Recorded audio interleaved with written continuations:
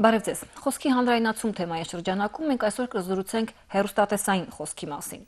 Ինչ խոսք է հանրայնացվում հեռուստադաշտում եւ ինչ որակ ունի այն։ Տաղավարում մեծ հետ լրագրողներ են Լիլիթ Ավագյանը եւ Նունե Հաղվերդյանը։ Բարև ձեզ։ Հավանաբար սկսենք առանձնահատկությունից, քանի որ մենք քննարկել ենք խոսքի տարբեր մակարդակները տաղավարում, փորձենք սահմանել որն է հեռուստատեսային խոսքը, ինչով է այն տարբերվում, ինչով է առանձնանում խոսքի մյուս մակարդակներից, ենթադրենք կենցաղային խոսքից, հրապարակային խոսքից կամ այլ։ Հեռուստատեսությունը նոր արվեստի տեսակ է եւ հավակնությունների լինի նորարար եւ ամենահետաքրքիրն է, որ իր գոյության տարիների ընթացքում ինքը ամենակոնսերվատիվ դաշտն է եղել, տարածքն է եղել, որը շատ դժվարությամբ է ենթարկվում ինչ որ մի հաց են շարժի եւ իր ստեղծած լեզուն էլ կարծես միշտ ուշանում է կյանքից։ Միշտ այդ տպավորությունն է եղել, որ հեռուստատեսությունը այդպես էլ չի կարողանում գտնի այն լեզուն, որով այն գործիքները, այս դեպքում գործիք ասենք, որով ինքը պիտի զանգվածների հետ շփվի։ Դեվ ինքը հավակնում է լինել ունիվերսալ գործիք, ինքը բոլոր ժանրերին է անդրադառնում եւ ամեն մարդու տուն է մտնում, որպես ֆոն, որպես ակտիվ գործընկեր, էկրանը մտնում է ամեն մարդու տուն։ Եվ միևնույն ժամանակ ինքը անընդհատ հետ անգնում։ Եվ առավել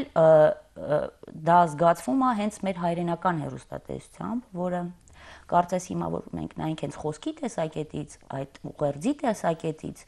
ինքը մնում է սովետական դերաշրջանի այդ պրոպագանդիստական ոճի մեջ։ Բայց դրան գումարվում է նաև այս մի քիչ ավելի մոբիլ, կլիպային եւ դինամիկը եւ շատ հետաքրքիր իմիջիալոց ինքը ուսումնասիրության տեղ է տալիս հենց այդ խոսքը հեռուստատեսային, որը մուտացիայի է ենթարկում, ես այդպես կասեի, ինձ թվում է ինքը փոխվում է անընդհատ եւ այդպես էլ իրան չի գտնում։ Շատ լավ, խնդրեմ Լիլիթ։ Հեռուստատեսության խոսքին անդրադառնալիս նախ եւ առաջ թերևս արժե անդրադառնալ հեռուստատեսության բովանդակությանը, այսինքն ինչ բովանդակություն կա եւ ինչ բովանդակությամբ է այդ խոսքը, այդ բովանդակությունը ինչպես է դառնում խոսք։ Եթե կոնկրետ դիտարկենք մեր հեռուստաընկերությունների մատուցած հաղորդումները, դրանք զվարճալի հիմնականում հաղորդումներ են, որոնք չեն ենթադրում եւ չեն պարտադրում գիտակցված բանական կիրթ խոսք։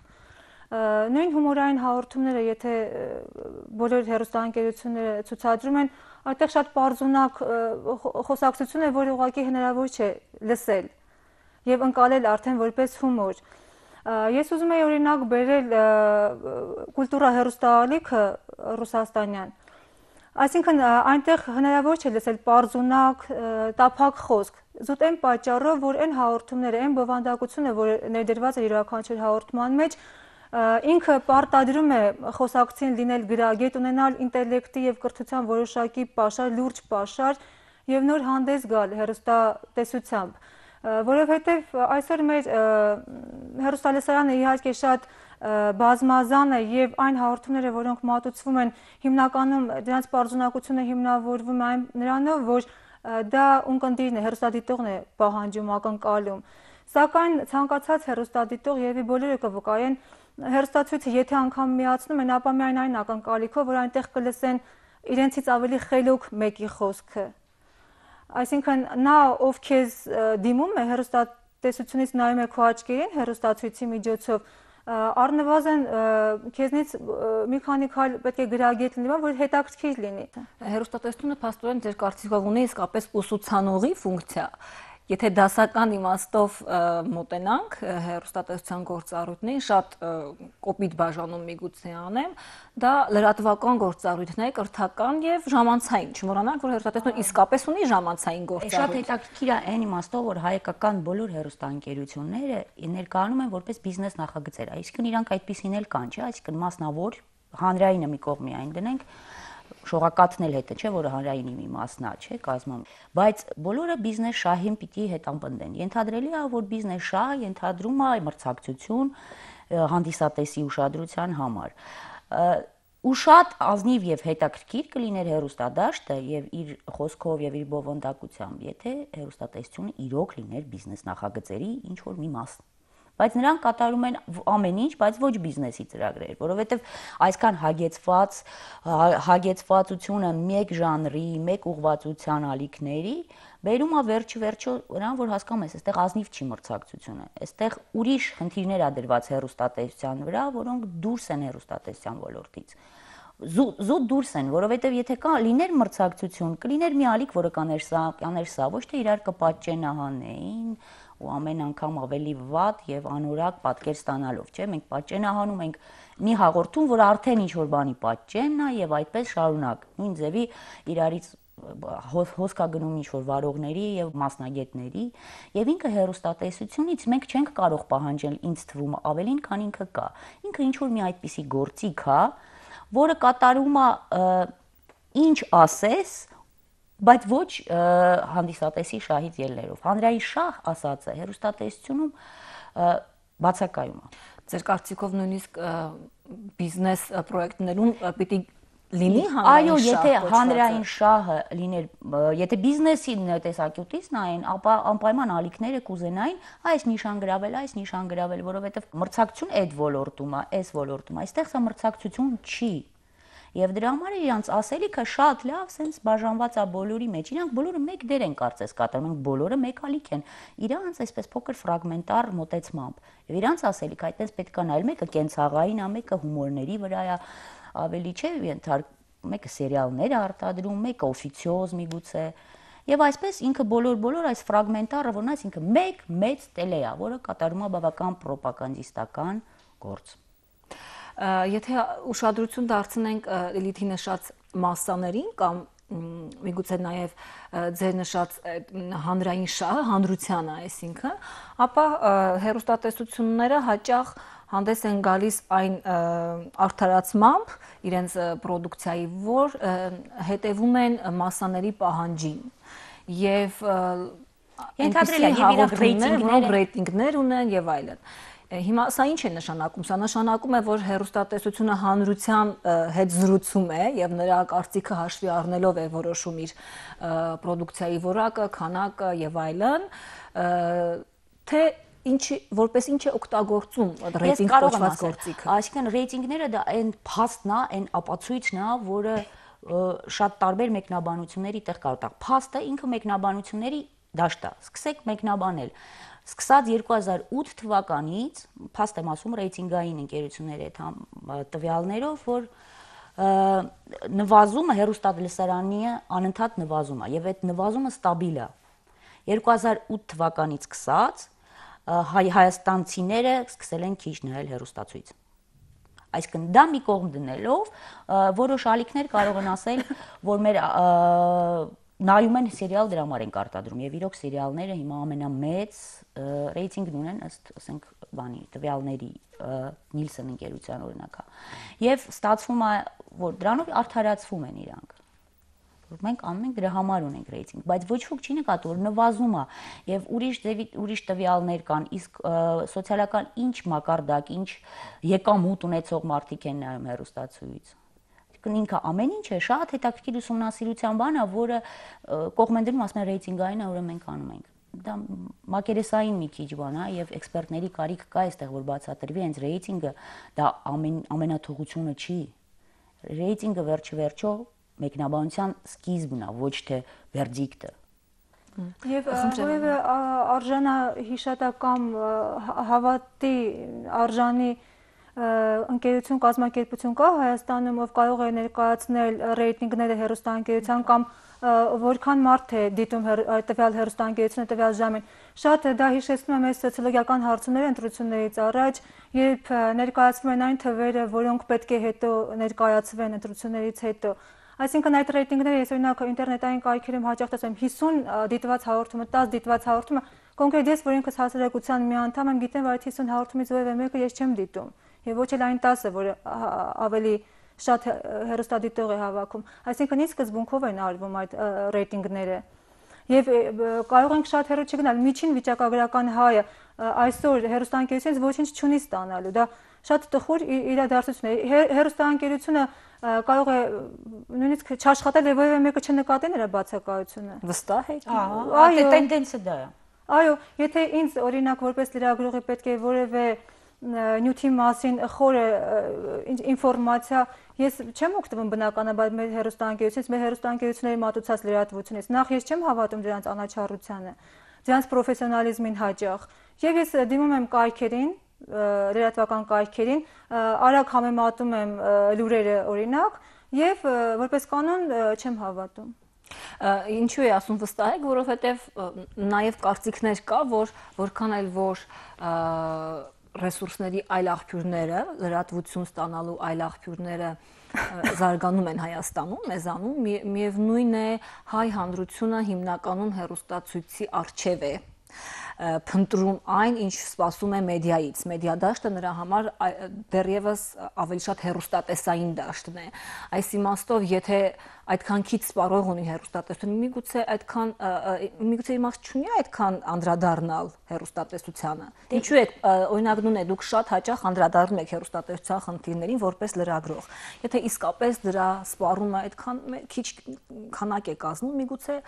ինքը ժամանակի ընթացքում էլ վերանալու է գնա, այդ դեպքում չի այդքան կարևորում։ Իրոք վերանալու, ավելի ճիշտ, այլ որ ասում եմ, ֆրագմենտացիան արդեն գնացել է եւ ինքը շարունակվելու է դա գնալ։ Պիտի լինեն ինտերնետային ալիքներ, կլինեն այդ ամեն ինչը։ Որովհետեւ ել եմ ասում, հեռուստատեսությունը այս վիճակում որ կա, որպես հանդիսատես, որպես դիտորդ, սպառող կարող եմ ասեմ, ինքը միշտ ուշանում է եւ միշտ մանիպուլյացիայի է ենթարկում, այսինքն դիտողին, որովհետեւ այդ պսևդոօպերատիվության հետևից ընկնելով ինքը քեզ պատրանքի մեջ ակցում, որ դու տեղյակ ես, դու ինֆորմացված ես։ Մինչդեռ դա մանիպուլյացիա է իրոք, որ դու արագ նայիր, ինչ որ բան ա փոխում, մենք անում, մենք այսպես կլիպային, դե թեթև, մեր հեռուստատեսությունը իսկական նպատակ ունի բոլոր ալիքները, այսպես թեթև, ամբրնազբոս, բարի դրացիական լուրեր են չէ տալիս։ Այսպես հեշտ լուծելի ամենաբարդ խնդիրը պարզացվում է հեռուստատեսությամբ։ Ամենաբարդ սոցիալական, էկոլոգիական, չգիտեմ, ճարտարապետական խնդիրը հենց որ մտնում է եթեր, ինքը պարզեցվում է։ Պարզեցվում է եւ հեշտ լուծելի մի բան է դառնում, ոնց որ Աստված կիջնի եւ կուղի, այտենց ոնց որ կիջնի կգա մեկը մի պաշտոնյա եւ կուղի այդ խնդիրը։ Եթե նկատել եք, ենթատեքստը միշտ դա է լուրերի լինում եւ հենց դա է որ խնդիրը առաջացնում հանրության մոտ։ Հələ մի հատ գնամ նայեմ, իսկ ինչ կա առցանց տիրույթում, որտեղ այդ օպերատիվությունը չի անցնում ֆիլտր եւ ինքը իրոք օպերատիվ է։ Այս դեպքում խոսքի համար որ արտահայտում է հեռուստատեսությունը, առաջանում է պատասխանատվության խնդիր։ Եթե ինտերնետ միջակայքը ինչ որ կոլեկտիվ իմաստով ձևավորվող միջակայք է, միջավայր է, որտեղ բոլորս մեր ներդրումն ենք անում, բոլորս մենք ինչ կարողանում ենք այնտեղ տեղադրում ենք եւ ինչ որ առումով որևէ մեկը, որևէ մի առանձին անհատ, որևէ խումբ դրա համար պատասխանատվություն չի կրում։ Իսկ հեռուստատեսությունը ինտերակտիվության, քանի որ խնդիր ունի, վատ իմաստով խնդիր ունի, էլի, այսինքն հեռուստատեսությունը այդ միջավայրը չէ, որտեղ մասսան կամ կոնկրետ սպառողը ներդրում է անում խոսքի, մտքի, նրան ավելի շատ մատուցում են խմբեր կամ անհատներ, որոնք այդ հեռուստատեսությունն են կազմում բովանդակային իմաստով նրանց ուղերձը։ Այս դեպքում պատասխանատվության հարցը ինչպես պիտի լուծվի ձեր կարծիքով։ Դե հետաքրքիր է, որ ասում եմ մուտացիա է, դա իրոք այդպես է, ինքը մուտացիա է լինում։ Տեսեք, օրինակ ունենք լրատվական արիք, որը մտնում է ցանցային տիրույթ, իր լեզուն է վերցնում։ Արդեն մտնում են գլամուրային դաշտ, աստղային վերցնում են այդ լեզուն։ Ինքը փորձում է, ինքը գտնում է այդ լեզուն, կամ իրեն ասվում է, որ այդ լեզուն է ցանկալի։ Ամեն դեպքում չգիտեմ, ալիքները ինչքանով են ինքնուրույն, կարծում եմ այդքան էլ ինքնուրույն չեն, բայց իրանք այդ փորձերը անում են լեզու գտնելու բանը ինձ թվում է այդ ունիվերսալությունից ազատվելն է, ավելի նեղ խմբին դիմելն է, այ նեղ խմբին, նեղ մասնագիտական խմբին, միգուցե սա կրթական հաղորդումներին, ֆիլմերին, խոհանոցային հաղորդումներ, այնքը ավելի նեղանա հանդիսատես այդ դեպքում հեռուստատեսությունը կդիմակայի, որտեղ այս վիճակում ինքը փլվելու է, դա մի մեծ sense բուրգ է։ Գիտեք, իմ կարծիքով, քանի որ ժամանակակից հեռուստադիտողը ունի մեծ ընտրություն, կան ալեհավաքներ, կա ինտերնետ եւ այլն, հենց այդ բազմազանությունը բթացնում է մեր հեռուստաընկերությունների զգոնությունը իմ կարծիքով եւ առհասարակ հեռուստատեսությունը մեր երկրում ինչ է։ Դա գործիք է պետության ձեռքին, եթե տեսնեք ամեն հեռուստաընկերության ետևում ովքեր են կանգնած, որպես սեփականատեր, ովքեր են դիրիժորները, պարզ կդառնա, որ հեռուստաընկերությունը, հեռուստատեսությունը առհասարակ գործիք է ընտրություններից առաջ հատկապես գործիք է իշխանությունների համար հիմնականում Եվ որպես կանոն հեռուստատեսությունը, որը բոլորս գիտենք, որ ամենևին թարմ եւ արդար ինֆորմացիա, ազնիվ ինֆորմացիա չէ, որ մատուցում, այսինքն շատ անաչառ չէ, ամենևին անաչառ չէ։ Այդ առումով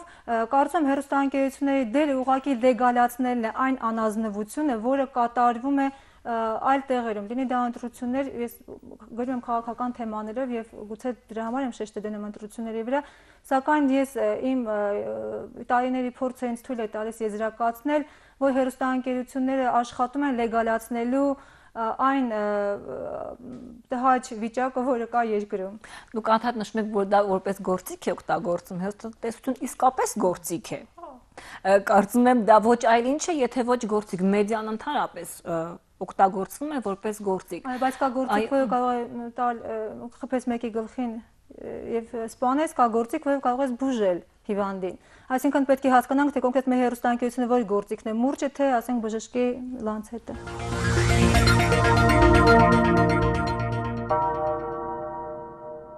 Խոսքի հանրայնացում թեմայի շրջանակում շարունակում ենք զրուցել հեռուստատեսային խոսքի մասին։ Տաղավարում լրագրողներ են Լիլիթ Ավագյանը եւ Նունե Հաղվերդյանը։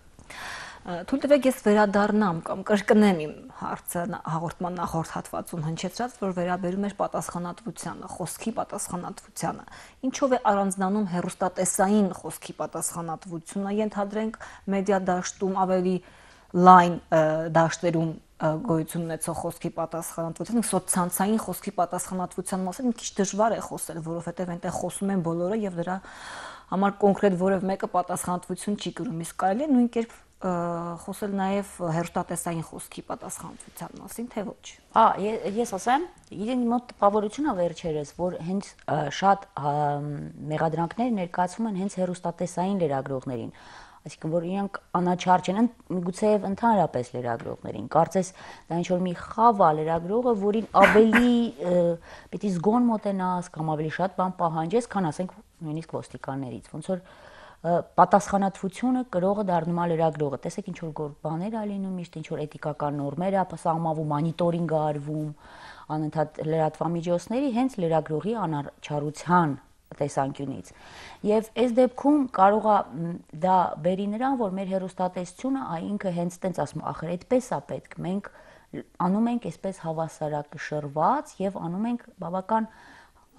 հանդարտ, խաղաղ եւ մեծ իմաստով ոչինչ չփոխող աշխատանք, որտեղ մենք երկու կողմ, մի քանի կողմ ենք ասում։ Միգուցե ես հիմա շատ վիճելի բան եմ ասում, բայց հեռուստատեսությունից որպես հանդիսատես շատ հաճախ սպասում ես ոչ թե այդ հավասարակշիռ խոսքը, այլ սպասում ես դիրքորոշում։ Վիճելի բան եմ ասում։ Ես ճիշտ ասած որևէ դիրքորոշում ինքս չեմ սպասում հեռուստաընկերություններից կամ հաղորդավարներից, ինձ ավելի կգրավի, եթե հաղորդավարը ունենա բառապաշար, որտեղ 300-ից ավելի բառ կա։ Երբ հաղորդավարը խոսում է եւ նրա չի պատկերացնում, թե ով է իրեն լսում։ Օրինակ ես հիշում եմ, երբ ես ուսանող եի եւ աշխատում էի հանրային հեռուստաընկերությունում, հանրային ռադիոյում ներեցեք, այդ ժամանակ կար Երևան ծրագիր եւ ամեն ռեպորտաժի գնալուց առաջ իմ հայրը լեզվաբան էր, ինձ հորդորում էր, որ ուշադրություն կդարձնես քո խոսքին, որովհետեւ ձեզ լսում է Ջահուկյանը։ Այսինքն այն, որ կան ինչ-որ մարդիկ, գիտնականներ, պայմանական ասած, այսինքն Հայգարժան մարդիկ, հեղինակություններ եւ ոչ միայն հեղինակություններ, ցանկացած հեռուստադիտող անկախի սոցիալական դիրքից ինքը պետք է հեղինակություն լինի հաղորդավարի կամ հեռուստամեկնաբանի համար կամ չգիտեմ, հեռուստատեսության աշխատակցի համար, որովհետեւ երբ որ դու խոսում ես, քո խոսքը ուղղում ես ինչ-որ մեկին, դու պետք է անպայման հարգես դիմացինից։ Ես հիշում եմ նաեւ իմ գործընկերներից մեկին Հովիկ Չարեխչյանին ուզում եմ հիշատակել, նա պատմում էր, որ իրեն հրավիրել էին հանրային հեռուստաընկերություն, ուղիղ եթերի, իր մի գիրքներ լույս տեսել, եւ ասում է գնացի ժամանակին նստեցի եւ հաղորդավարուհին արագ մոտեցավ, ասեց մի քանի խոսք ասեք ձեր գրքի մասին, որ ես հարցերս ձևակերպեմ։ Իհարկե Հովիկը դուրս է եկել տաղավարից գնացել է, սակայն խնդիրը պատասխանատվությունն է, հենց ձեր ասած, որ լրագրողը որևէ հաղորդում պատրաստելուց առաջ նախապես պետք է օրերով, եթե կուզեք, պատրաստվի այդ հաղորդմանը, պատրաստվի այն հյուրին, ում հետ որ զրուցելու է, եթե դա ռեժիսոր է, նա բոլոր ֆիլմերը պարտադիր դիտի։ Սակայն այդ աշխատանքը կարծես լրագրողներին ուղղակի ժամանակ չի մնում, հեռուստատեսության լրագրողներին գուցե ուղղակի շատ ծանոթ չեմ նրանց աշխատավոճին, ուղղակի կամ ժամանակ չունեն կամ ուղղակի իրենց մասնագիտությունը պետք է հարգեն, եւ ըստ այդմ պատրաստվեն յուրաքանչյուր հաղորդմանը հարգելով նախ իրենց եւ անպայման հեռուստադիտողին։ Մենք խոսեցինք հանրային շահի մասին։ Եթե համարենք, որ հեռուստատեսություն դա զանգվածային լրատվամիջոց է, համարվում է զանգվածային լրատվամիջոց եւ շարունակում է մնալ զանգվածային լրատվամիջոց։ Հնարավոր է շարունակել լինել զանգվածային, բայց ոչ հանրային։ Ինչու՞ չէ։ Բովանդակության իմաստով, սպասարկման սպառող փնտրելու իմաստով, նրա հետ երկխոսելու իմաստով, այսինքն սրանք շատ տարբեր բաներ են իրարից զանգվածայինը եւ հանրայինը։ Եվ եթե այո, ապա ինչպես է դա արտահայտվում ձեր կարծիքով։ Շատ հաճախ որ հարցում ես պետական եւ հանրային հեռուստալիքի մեջ ինչ տարբերություն է, շատ դժվար է ասել, չէ՞, ասենք թե պետության շահերը եւ հանրային շահերը պիտի համընկնեն։ Եվ այս դեպքում միգուցե այդ հարցն էլ ես բարդ ոլորտ ենք մտնում բարդ, եւ որ ասենք որն է հանրայինը եւ զանգվածայինը։ Հանրությունը նայ միգուցե ամեն մեկի հետ խոսել առանձին, կարողանալ նաեւ դա անել, այ որ ասվում է խելացի իրոք պիտի լինի, խելացի զրույց։ Եվ լրագրողը որ խոսում է էկրանից, ռեպորտաժ անում, նա առնվազն գոնե պիտի իմանա, որ իրան դիտում է ավելի կրթված մարդ է եւ ծիծաղելի վիճակում չհայտնվի։ Բայց կարծես թե մեր հեռուստատեսությունը այդ բարդույթը չունի, ինքը դա շատ լավ հաղթահարվել է։ Հեշտ ենք նայում, ելի եմ ասում, հեշտ, բարի, թեթև ենք անցնում խնդիրների վրայով։ Եվ դրա համար էլ դա զանգվածային բնույթ է ստանում, այդ թեթև, հեշտ, պոզիտիվը։ Գիտեք, ես նաև ուզում եմ այդպես լրագրողներին ենք մեղադրում եւ իրավունք ունենք ինչ որ առումով, սակայն կան հեռուստաընկերությունների տնօրեններ, ես գիտեմ, որ բազում տարիներ աշխատում են նույն ոլորտում եւ չի կարելի չաճել։ Աշխարհը սրընթաց առաջ է շարժվում։ Բացի այն, որ մեր հեռուստաընկերությունները ուղղակի այսպես ռետրոյի մեջ են անընդհատ։ Որևէ ղեկավար հեռուստաընկերության իրեն ամենևին պատասխանատու չի զգում իր լրագրողի համար։ Յուրաքանչյուր հեռուստաընկերության ղեկավար պարտավոր է ընտրել այնպիսի մարդկանց, ովքեր հեղինակություն են։ Տեսեք, ովքեր են հիմա մեր հեռուստաընկերություններում հաղորդումներ պատրաստում եւ ես հաղորդման սկզբին բերեցի կուլտուրա հեռուստաալիքի օրինակը։ Հեղինակություններ են մարդիկ, ում ամեն մի խոսք, անգամ լռությունը քեզ ինչ-որ բան է տալիս։ Եվ դու պատրաստ ես այդ ժամը, թանկ ժամանակը տրամադրել եւ ինչ-որ բան դիտել, սովորել, զարգանալ, մտածել։ Սակայն մեր հեռուստաընկերությունները չունեն նման առաջարկ։ Իսկ առաջարկը զվարճանալ, ծիծաղել կամ, չգիտեմ, ինչ-որ անիմաստ կատակների վրա ծիծաղել, ժամանակ վատնել, դա լուրջ չի։ 21-րդ դարում։ Դրա համար որ բիզնես չեն, դա է ինձ թվում է, որ իրանք լինեին բիզնես, իրանք սնվեին ռեկլամով, գովազդից եկած հոսքերով, իրանք կլինեին դա, բայց քանի որ գովազդն էլ եւ բիզնեսն էլ իրանք կառավարման գործիքներ են, ինչ որ զանգվածներին, հեռուստատեսությունը նույնիսկ եթե ինձ թվում է տնօրեն հեռուստատեսության մտենց տպավորություն է, որ նույնիսկ եթե ուզի անել կայել, նա դա չի կարող անել։ Դուք ուզում եք ասել, որ մեր հեռուստաընկերությունները գովազդի պակաս ունեն։ Գովազդի անհավասարաչափ եւ ոչ հեռուստատեսային նպատակահարմարությամբ են գալիս։ Հասկանալի է, սակայն ես ուզում եմ հանրային հեռուստաընկերության օրինակը բերել, որտեղ գովազդը ավելի շատ է թերևս քան հաղորդումները եւ որակը ամենևին չի շահում։ Մեր հանրային հեռուստաընկերության հաղորդումների որակը։ Իսկ գովազդ երբ միացնում ես այդ ալիքով գովազդ է։ Այսինքն անգամ գումարը կարծում եմ խնդիր չի։ Ուղղակի գիտեք, մեր հասարակության մեջ մի այսպիսի վիճակ կա, երբ այնքան ամեն ինչ հաճախ աբսուրդի է հասնում, որ ոչինչ լուրջ չենք ընդունում, ոչ մահը, նույնիսկ ոչ հիվանդությունը, ոչ ինքնասպանությունը, երբ նույն կամուրջից օրվա մեջ մի քանի հոգի ինքնասպան է լինում, հասարակությունը դրանից չի ցնցվում։ Այսինքն ամեն ինչ սովորականի մեջ է։ Տգետ հաղորդավարը սովորականի մեջ է, տգետ քաղաքական գործիչով կարող ասի, ես գուցե լավ չեմ խոսում, բայց լավ հայոյում եմ, նա ազգային ժողովում այսօր նստած է։ Այսինքն ոչ մի սանդղակ չկա, որին ձգտում ենք, հակառակը, սանդղակը գնալով իջնում է եւ մենք էլ այսպես շատ հարմարվող, որովհետեւ գիտեք, վերջը չմոռանանք նաեւ սոցիալական խնդիրները։ Բոլորս մտովի ամենածայրահեղ վիճակին պատրաստ ենք, որովհետեւ կարող ենք մտածում ենք, կարող ենք մենք այստեղից թողնել եւ հեռանալ։ Այսինքն երբ որ յուրաքանչյուրը հասկանա, որ սա իր հայրենիքն է, որտեղ ինքը պատասխան, գուցե շատ գլոբալ բան եմ ասում, հեռուստատեսային խոսքի եւ հայրենիքի, բայց երբ որ յուրաքանչյուրս պատասխանատվություն զգանք մեր տեղում եւ հարգենք միմյանց, չի լինի այս անորակությունը բոլոր ասպարեզներում։ Ասում են, չէ, ժպտանք, որ լավ լինի, բարի լինի։ Ես իմ ասածը ինչն է, մեր հեռուստատեսությունը ընդհանրապես հեռուստացույց ինչ ենք պահանջում, որ նա կյանքը արտացուլի։ Արդյոք դա տենց է։ Ոչ։ Իսկ ինչու այդպես չի, որովհետև եթե նա ես մարդ գիտեմ, որ նայում է այդպես չի, օրինակ ասում են սերիալները, մենք պատասխանում ենք, դրանք կյանքից են, դրանք մեր կյանքն են արտացոլում։ Շատ բան ասեմ, ինքը նենց տպավորությունն է, որ լուրը, երբ որ քեզ մատուցվում է, ինքը սերիալ է, ինքը բեմադրված է, չէ՞։ Իսկ սերիալը, որը հորինվածք է, ինքը երևակայություն է, ինքը ստեղծագործություն է, հենց կյանքը դա է։ Հետաքրքիր իրանք ֆունկցիաներով փոխված են տեղերով։ Մենք կյանք արտացոլումը տեսնում ենք սերիալում, այսինքն քեզ ասում է կյանքի արտացոլումը դա հնարվածն է։ Իսկ լուրը, որը պիտի ինքդ քեզ տեսնես, այդ ռեպորտաժում, այդ պարտուն քո հարևանին, չէ, երևի քո հեռավոր բարեկամին մարզում ապրող, եթե նայում ես այդ լրատվական ներկա պնակը, դու չես տեսնում, տեսնում ես սերիալ։ Հերթով իրար հետևից, այսինքն ինքը ունեն գործողանձիկ, ֆոն, ստացիստներ։ Եվ այդ արվեստի տեսակետից, որ նայում ես հեռուստատեսությանը,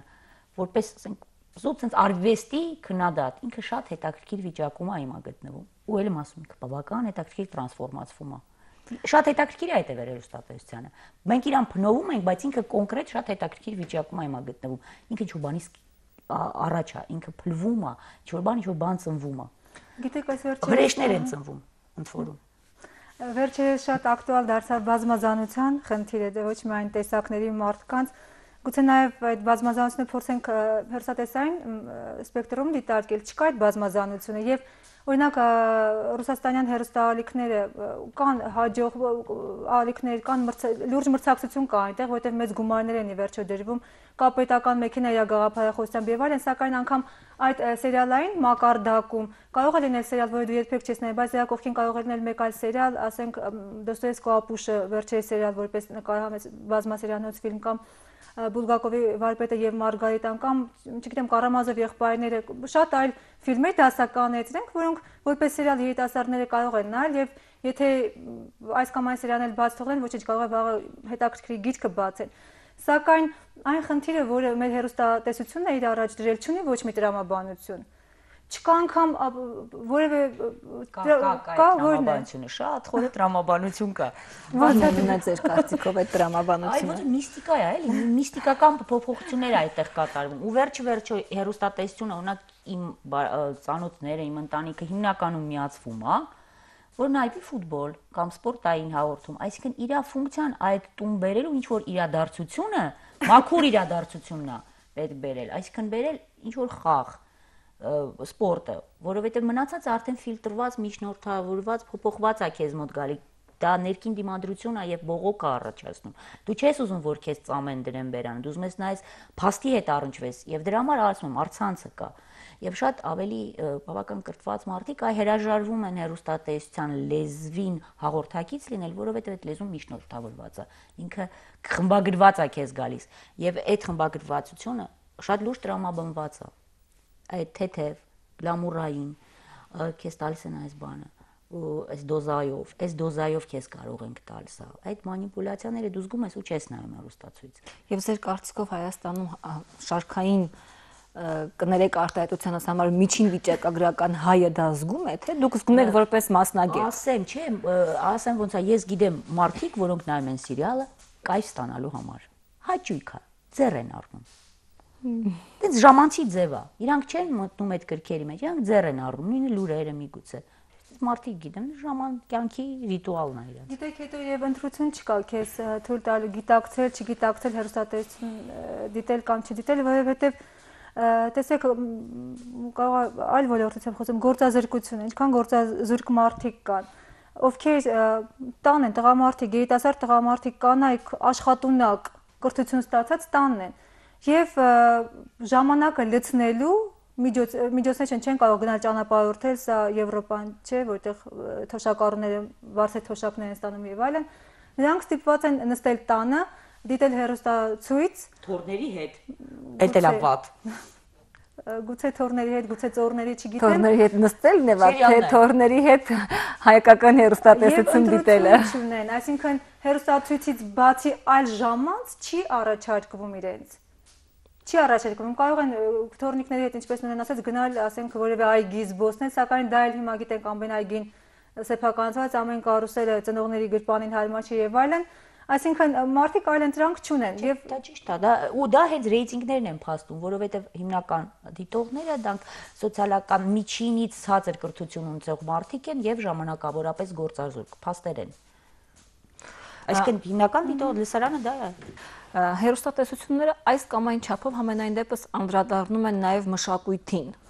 Մշակույթը որպես խոսք ինչ որ ձևով արտացոլվում է հեռուստաէկրանին։ Ձեր կարծիքով որ մշակույթն է ավելի շատ արտացոլվում եւ ինչպես է խոսում հայ մշակույթը ժամանակակից հայ մարդու հետ եւ համաշխարհային մշակույթը ի վերջո հեռուստատեսության նպատակը գիտեք ես երկար տարիներ համաշխարհային գիտելիքի ներդրումն է նաեւ հեռուստացույցը միասին միշտ կայոտով հիշում եմ այն ժամանակ երբ որ շատ փոքր էի հիշում եմ որ Սվետլանա Նավասարդյանը դաշնակահար խոսում էր եւ նրա երբ նա խոսում էր հայրը կանչում էր ինձ բոլորս ընտանիքով հավաքվում ենք եւ լսում ենք նրա խոսքը բացի բովանդակությունից նրա խոսքը ես հիմա միացնում եմ հաճախ հեռուստացույց այն ակնկալիքով որ կտեսնեմ նրան կամ որևէ մեկին ով կունենա խոսքի այդ կուլտուրան չէ ինքը մշակույթը մեր մոտ ընկալվում է որպես sense սիրուն նվեր որը քեզ փաթեթավորում տալիս են իսկ արվեստը ինքը չի կարող լինել այդպես նվեր, գեղեցիկ փաթեթավորված, որտեղ դա իմիտացիա։ Արվեստը ինքը պրոբլեմա, ինքը պիտի ինչ-որ բան շարժի եւ քեզ լիցք տա։ Եվ այդ լիցքից զրկելով դու զրկում ես մարդուն մտածելու այդ ներքին խոհի վրա հիմնվելով ինչ-որ եզրակացություն անելու։ Եվ հենց այդ բանում ոնց է արվեստը ներկայացնում հեռուստատեսությունից կա ամենամեծ պրոբլեմը, այդ իմիտացիոն պրոբլեմն է, իմիտացիա է ստեղծում արվեստի գործի էներգիայի, որովհետև ինքը ներկայացնում է յուրաքանչյուր արվեստի իրադարձություն, որ նայենք լուրերի թողարկումներում, հա, երևի բոլոր, որ ինքը այդպեսի նվեր է, որ հեռուստատեսությունը մատուցում է քեզ որպես թողարկումների վերջում, այսպես կցորդ մի ինֆորմացիա է գալիս, որ այսպես գեղեցիկ փաթեթավորված ցուցահանդես կամ ինչ որ ներկայացման պրեմիերա է եղել եւ այսպես մարդիկ են այցելել, ոչինչ չի ասվում արվեստի մասին, ասվում է արվեստի շուրջ փաթեթավորմանը, որը շատ սիրուն ներկայացում է եւ այդտեղ ինքը ամենալուրջ իմ ներքին բողոքը, որ ես չեմ միացնում հեռուստատեսություն, այ հենց դա է, որ ինքը իմիտացիա անում արվեստը քեզ ներկայացնելով որպես իշխանության կողմից տված քեզ նվեր։ Չէ՞ մեկ այցելեց ինչ որտեղ դրա համար էլ է դրա մասին մենք խոսում ենք։ Գիտեք մշակույթի հանդեպ վերաբերմունքը լրագրողական դաշտում շատ հետաքրքիր է։ Նույնը կհիշեք հավանաբար դուք էլ որ այն սկսնակ լրագրողը ով մտնում է թերթ կամ որևէ հեռուստաընկերություն նրան անմիջապես առաջարկվում է ամենահեշտ այսպես ասած ոլորտը մշակույթը հետո կաճես կդառնաս քաղաքական մասին կգրես այո եւ առհասարակ դուք խոսեցիք թե որքանով է լուրջ մշակույթը ներկայացված մեր հեռուստատեսությամբ ինքներդ գիտեք որ այն գրեթե ներկայացված չէ դասական արվեստը չկա եւ չկա ոչ այն պատճառը որ ունկնդիր չունի այլ շատ լուրջ ուղերձ կա իշխանություններից թե ինչ ովքեր պետք է հայտնվեն հեռուստատեսությամբ ովքեր պետք է երգեն նվագեն որ ժողգործիկով եւ ինչ տեմբրի ձայնը որովհետեւ տեսեք թե երկրի նախագահը ում է շնորհում վաստակավոր արտիստի կոչում ովքեր են մեր վաստակավոր արտիստները Եվ դա արդեն լուրջ ուղերձ է հասկանալու համար թե ինչ փուլում է մեր մշակույթը առհասարակ։ Եվ դուք կարծում եք, որ հեռուստատեսային խոսքը ազդեցություններ կրում է խոսքի այլ մակարդակներից եւ դա արտահայտվում է հեռուստաեթերում, օրինակ քաղաքական խոսքի հետ, խոսքը այնպիսի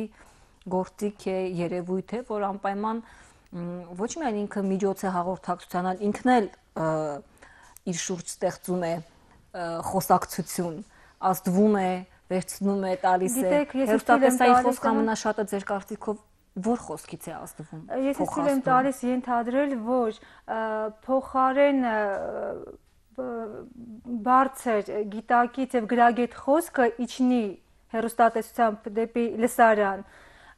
Փողոցի խոսքը վերցվում է եւ դարձնում անգամ պաշտոնական լեզու։ Մենք բոլորս առիթ ունենում ենք մեր խորհրդանի հաղորդումներ լսել, դիտել մեր падգամավորների խոսքը, մեր երկրի առաջին դեմքերի խոսքը, դրանք ամենևին գրագետ մարդկանց ինտելեկտուալ մեծ պաշար ունեցող, կյանքի ճշմարտությունները հասկացած մարդկանց խոսք չեն, այսինքն յուրաքանչյուր մարդ գիտեք իր խոսքը իր ներքինի արտահայտություն, այսինքն ամեն մարդ մտածում է իր համար ինչ է կյանքը, ինչ է մահը, ինչի է ինքը ապրում այս աշխարհում, ինչի հանկարծ հայտնվեց այս պաշտոնում, որը միլիոնից մեկը չի հայտնվում, այսինքն քեզ տրված է թե հնարավորությունը լինել երկրի ղեկավար կամ այլ ոլորտի ղեկավար։ Այսինքն երբ մարդը ինքը իրեն այդ հարցերի պատասխանը չի տալիս, ունի որոշակի փիլիսոփայություն կյանքի հանդեպ, իմ կարծիքով արդեն եւ նրա մտածողությունը առողջ չէ եւ հետեւաբար նաեւ խոսքը ոչ գրագետ։ Փորձեմ ասեմ Լիլիթին այսպես հակադարձեմ, որովհետեւ չգիտեմ ինչ սպասելիքներով ենք միացնում էկրան։ Ես դա չեմ ուզում լինի այդ կյանքի փիլիսոփայությունը, ես տեսնեմ էկրանից, հազար ու մի ուրիշ աղբյուր կա։ Երևի այսպես նոր հասկացա ես այ հիմա, որ ենթագիտակցաբար էկրանից ես ուզում եմ տեսնեմ այդ իսկականը, այսինքն տեսնեմ ջերմությունը, մարդուն, որովհետև ինքը պատկերը, տեսքը եւ փաստը շատ հետաքրքիր է համադրում հեռուստատեսությունը, ինքը քեզ տալիս է մի տարածության վրա եւ վիզուալ եւ աուդիո եւ մոնտաժային կուլտուրայով ինքը քեզ տալիս է այդ բանը եւ ես ավելի շատ ուզում եմ տեսնեմ այդ ինչ որ ջերմությունը ոչ թե շինծու եւ ոչ թե փիլիսոփայություն, այլ դրա համար այն մարդուն, որը ասելու բան ունի, թեև իր լեզուն վատն է, իր լեզուն սխալներով է, փողոցային է, բայց դա իրականն է։ Այ իրական կյանքի դրվագներ ենք ուզում տեսնել։ Վավերագրական ֆիլմերի տեսաբանում, ռեպորտաժներում, իրականը։ Այս դրա պակասն է, որովհետև իմիտացիա է գնում, որ այս սա է քո իրականը, այս փողոցի լեզվով խոսող գյուղացին, բայց դա մենակ դա չի։ Ուրիշ մարդիկ կան, որոնք եթեր չեն մտնում։ Հեռուստատեսությունը մի գործիք է, որտեղ լռությամբ եւս կարող ես խոսք ասել։ Ես կարող եմ օրինակ բերել Փելեշյանի ֆիլմերը, որոնք երբևէ չեմ դիտել մեր հեռուստա ընկերությունները չեն ցուցադրել, գոնե վերջին տարիներին չկա խոսք, կա ձայն եւ այդ ձայնի միջոցով դու կարող ես շատ ավելի հարցերի պատասխան տալ։ Ժամանակը փող է, այս մենք նայում ենք նաեւ բիզնեսի տեսակետից, չէ՞, մենք նայում ենք բիզնեսի տեսակետից։ Այսինքն կարծում եք, որ այդ ֆիլմերը ցուցադրեն Փելեշյանի ֆիլմերը դե շատ գովազդ չեն տեղադրի այդ ընթացքում։ Նույնը ձեր կարծիքով է, ձևաչափը հետաքրքիր է ամենայն դեպս խոսքի։ Ասես, որ չես կարողանում այսպես մի հատ բանաձև ասես, չէ՞, հեռուստատեսային լեզու չես կարող ասես, ժանրեր են տարբեր հաղորդումների, մենք չենք կարող մանկական հաղորդումից ուրիշ բան պահանջենք կամ զվարճալից, պահանջենք գիտական տերմինոլոգիա։ Երևի այս տենդենսիան նա է այս ամբողջ զարգացման, որ նեղանա եւ նպատակաուղղվի կոնկրետ լսարանին իր լեզվի։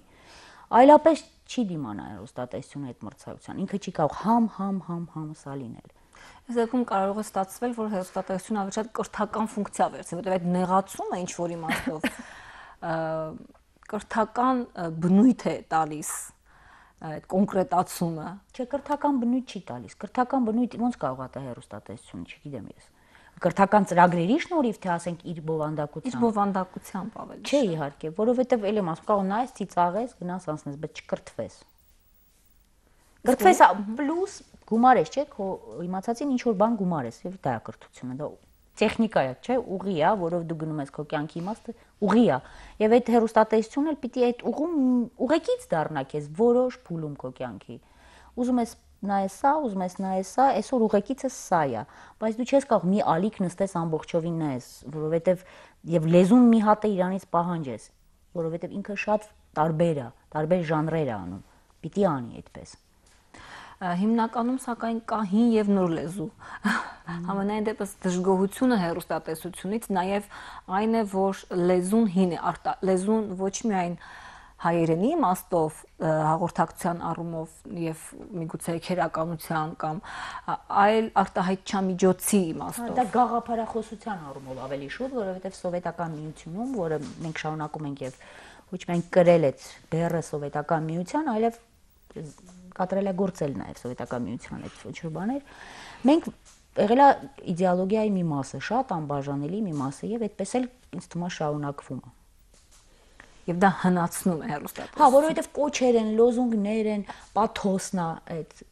կեղծ չէ, եթե նկատել եք։ Շատ պաթետիկ է մեր հեռուստատեսությունը։ Լուրերում իրա կամ այսպես հայրենասիրական բաներում ինքը պաթոսի գեր կուտակում ունի իր մեջ։ Ինձ թվում է մեր հերոսատեսության լեզուն իմ կարծիքով ոչ այնքան պաթետիկ է, այլ որքան պարզունակ։ Դա հենց դա էլ պարզունակությանա բերելու, որովհետև ինչ որ ասում է, արի ստեղ հլը մի բան եմ քեզ ասում, տապիճկաներս ուրա, դա նշանակում է այդ պաթետիկ պարզունակությունը։ Նույնը որ ազգային ինչ որ գաղափարախոսության վրա իմը։ Ամեն դեպքում ես ինքս որպես պոտենցիալ հեռուստադիտող կարող եմ ասել, որ ինձ շատ գրավում է, ուղղակի անասելի գրավում է գրագետ խոսքը,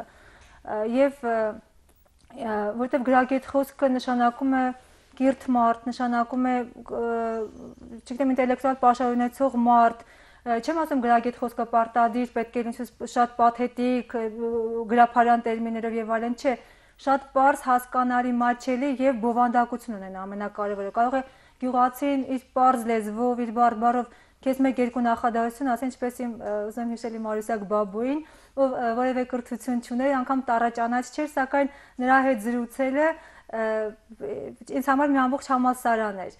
Այսինքն հեռուստատեսության խոսքը նույնիսկ կրկնեմ միայն եւ միայն գրագետ եւ բովանդակություն ունեցող պետք է լինի, չգիտեմ արդեն մնացած ժապավեններն են ցեգեղեցիկ։ Մնում է հասկանալ, թե ինչպես պիտի մոտենալ այդ բովանդակությանը, ինչպես պիտի որոշել այդ բովանդակությունը։ Միգուցե սա որպես ամփոփիչ հարց հնչեցնենք, որը կօգնի նաև միգուցե հեռուստատեսություններին մեզ, հեռուստատեսային լրագրողներիս ավելի հանրային դառնալ։ Հա, երևի միակ ձևը դա է։ Գրավեց քեզ հաղորդումը, դու չանջատեցիր, չփոխեցիր ալիքը, մնացիր, ուրեմն լավ է, ուրեմն գտավ քեզ։ Դրա համար այ գրագետ խոսքին ես կավելացնեի, հա, որը իրոք պահանջը կա, գրագետ ես կավելացնեմ ավելի շուտ այդ ներքին ասելիքը, որովհետև մարդը պիտի բան ունենա ասելու, որ գալիս է հեռուստատեսություն, որը չբարբաջի եւ չկրկնի կամ պաթետիկ բաներով չպարուրի իր դատարկությունը։ Իսկ որ հենց բովանդակային մի բան ունի ասելու, այդ դեպքում ինքը կգտնի իր հանդիսատեսին 2 հոգի լինի թե 2000, կգտնի, չէ՞։ Այդ իսկական խոսքի պակասն է, մարդը, որ խոսում է ինքն իր անունից, այդ մարդն է պակասում էր հեռուստատեսությանը։ Ոչ թե ինչ որ մեկի անգաժիմենտն է ինքը կատարում, այլ ինքը իր անունից է խոսում եւ բան ունի ասելու քեզ։ Դեպքում իրան կլսես, թեկուզ վատ ինքը խոսի։ Շատ լավ, շնորհակալ եմ այսօրվա զրույցի համար։ Երրորդ հազարամյակի տաղավարում խոսքի հանրայնացում թեման կշարունակվի։ Ամենայն բարիք։